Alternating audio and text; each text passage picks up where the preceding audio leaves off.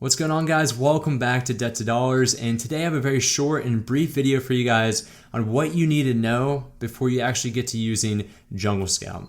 So what you're seeing here on my screen is the Opportunity Finder, which is by far the most popular tool that Jungle Scout has to offer. And the reason why that is because it allows you to, just with the click of a button, to find a high demand and low competition product niche for a product to sell on Amazon. So it makes it really easy for you to go ahead, filter down your results, and find some of those extremely high demand product niches that have low competition that will ultimately make you a successful seller on Amazon. So when you're brought here for the first time, you're going to be seeing a lot of information and things that you have to filter down. So you have your marketplace in the upper left hand corner, all of these categories and all of these search results that you can filter down.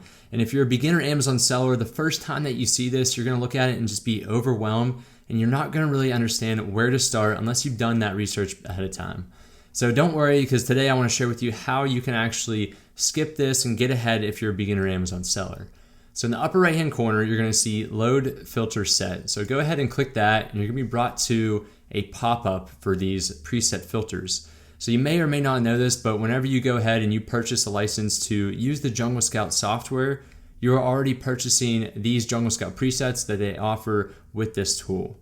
So thanks to Jungle Scout, they've already gone ahead and they found a preset for opportunity. And what that means is it's really going to give you that highest niche score. So this is a very specific product category niche that you can be selling in that's going to give you that best long-term run and opportunity to customize a product and to really benefit from that. Below that, you have a high demand and low competition filter. That's pretty self-explanatory. And then you have high demand and bad marketing.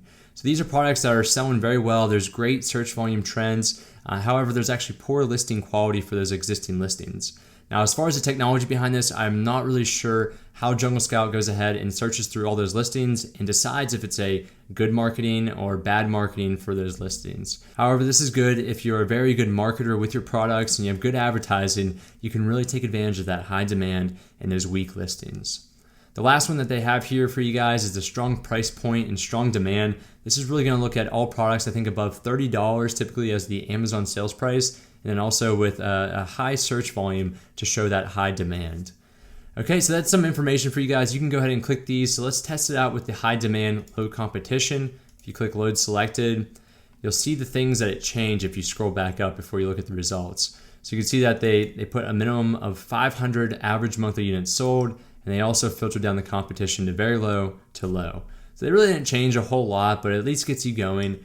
And we can test out some of these other ones here. If we go to the strong price point plus strong demand, this probably has 500 units sold minimum, and then, as I mentioned before, a $30 average monthly price. So this is a great piece of information to have at your disposal when you first get started. And then once you understand the software, the Opportunity Finder a little bit better, you can go ahead and here you can filter down the competition or the seasonality or even the search volume trend, anything that you want to add on to their existing filter sets. And the last piece of information I want to share with you guys is that you can save your own filter sets. So if you have something in here that you really like, that you find a lot of great product niches with, you can go ahead and click Save Filter and enter your preset name.